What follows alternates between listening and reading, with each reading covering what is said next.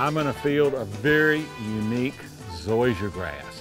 This is a brand new variety to the state of North Carolina, and we haven't had many varieties of zoysia grass in the whole history of the state. And this is one that is brand new and is brought to us by Pistol McLean. Now, Pistol, what kind of zoysia grass is this, and why is this a special zoysia grass? This is called JaMur Zoysia. It's unique because of the dry weather we've been having the last few years. It's a drought tolerant grass that grows very well in all of North Carolina.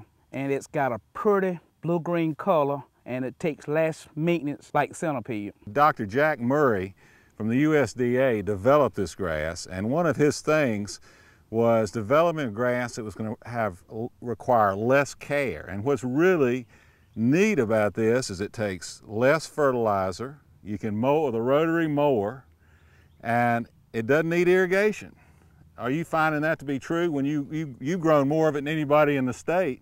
Dealing with this type of grass here, we found it grows lateral instead of growing upright, and you don't have the insect problem that you'll have with the other varieties of grasses.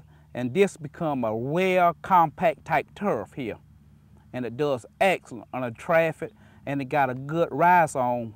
When people put this in their yard, how should they go about? I mean, can be sodded or plugged or sprigged.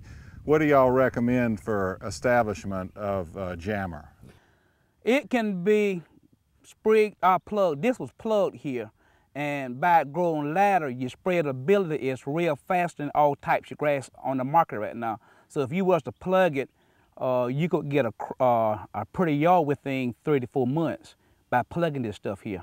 But it doesn't have a seed, so they're going to have to go with a sod or a plug to put it. It doesn't have it's not a seeded zoysia. It's not a seeded zoysia, but you can buy the sod from us and cut it in your own plugs and do your own spacing.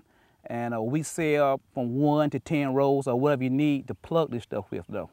You know, this doesn't require water, and the mowing height is unbelievable for zoysia. It's 2 to 3 inches. And it's also shade tolerant, which, and most of the research done by the National Turfgrass Evaluation Program, they're showing it's as shade tolerant as many of the St. Augustine grasses. And not as most of the zoysias give you a thatch problem. This right here will not give you the thatch problem with all your other zoysias. This grass is made to grow real tight to the ground, low maintenance, less fertilization. So you're not going to end up with this real problem with thatching zoysia grasses.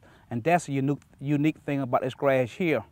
Plus, when you're dealing with St. Augustine shade, you'll end up with gray leaf mold and stuff. This will not give you that problem. So this is versatile anywhere you go with this grass here. And it's also cold tolerant. With St. Augustine, you have to worry about those cold winters. And I guess you can grow this one all the way up to southern Pennsylvania if you want to. JaMur being cold weather tolerant, you can go up to Asheville, all part of North Carolina, Winston-Salem, Greensboro, and you'll be safe all into Tennessee and Georgia. So we know it's real cold tolerant. So it would be an advantage to go in them markets where you got fescue at. And this will actually give the fescue look, but also stick the dry weather and the cold weather though. Well, I guess the take-home message is when you're selecting grasses now for your lawn, you want to check out JaMur Zoysia. And it may be one that will fit that bill just perfectly for your yard. Pistol, thank you so much for being on Grow Your Own, and you stay with us.